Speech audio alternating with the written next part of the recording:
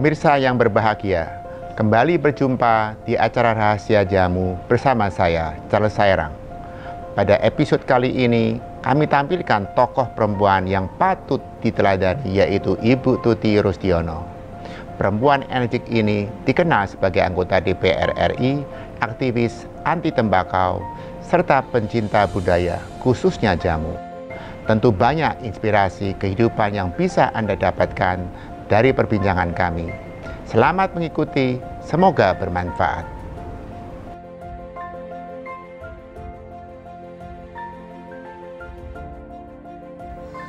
Ibu merasa nggak milenial sekarang ini kurang tertarik terhadap keroncong, mungkin budaya minum jamu misalnya?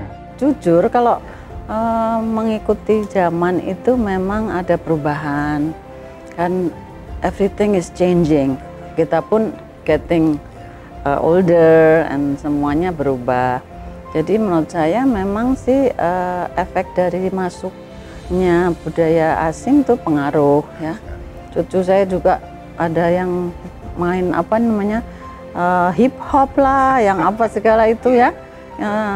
Mereka kan nari yang sangat dinamis itu mereka suka. Tapi kalau kita juga ajak mereka untuk pentas, kita kasih kesempatan, ada gurunya, kita bikin suatu pagelaran yang menarik untuk anak-anak itu, mereka involve, suka sekali mereka. Jadi kita memang orang tua ini yang harus tetap memberikan kesempatan untuk mereka mengetahui apa sih sebetulnya peninggalan nenek moyang kita yang harus kita lestarikan ini.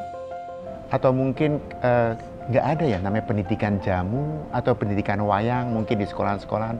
Apakah dulu, kalau saya melihat dulu ada sedikitnya kan budaya yang terus diteruskan dari keluarga ke keluarga. Apakah itu perlu Bu kira-kira pendidikan jamu di dalam kesehatan mungkin di sekolahan-sekolahan?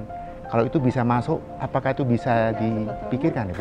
Seperti sekarang saja sejak Pak Menteri Nadiem, menurut saya Pak Jokowi juga sudah memberikan arahan untuk mengajak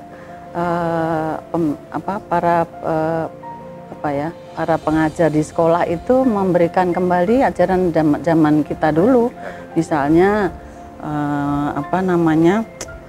sopan santun, etika, kemudian civic, kemudian bagaimana kita harus sopan terhadap orang tua, ngajeni kalau orang Jawa.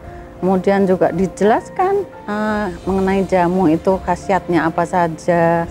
Kemudian budaya juga, kan dulu ada Hari Krida. Hari Krida kalau saya dulu boleh pilih apakah mau menari atau nabuh gamelan atau drum band atau apa. Jadi diimbangi dengan Hari Krida itu Sabtu ya biasanya itu dulu.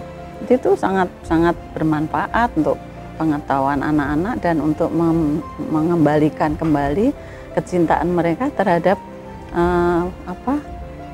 pemberian ya, warisan dari nenek moyang kita. Sekarang kan ada Hari Batik Nasional.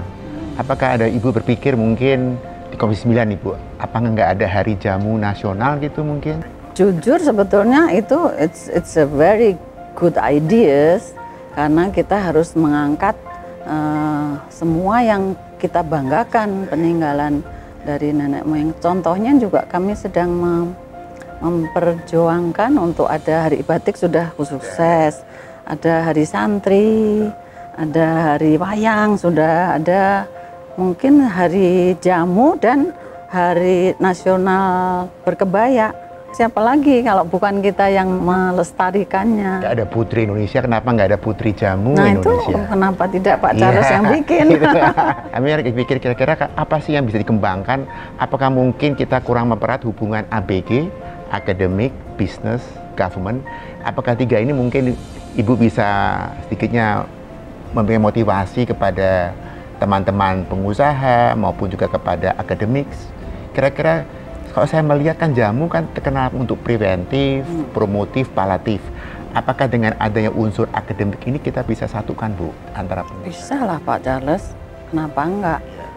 Tapi memang itu harus ada motor yang memulai, mungkin mulai harus ada tokoh yang dipilih siapa ke milenial misalnya gitu, dan kemudian kita sosialisasikan, kita mohon waktu ke menteri terkait mungkin. Jadi saya insya Allah bisa saya bantu, kenapa tidak, karena ini kan sesuatu yang mengangkat nama Indonesia di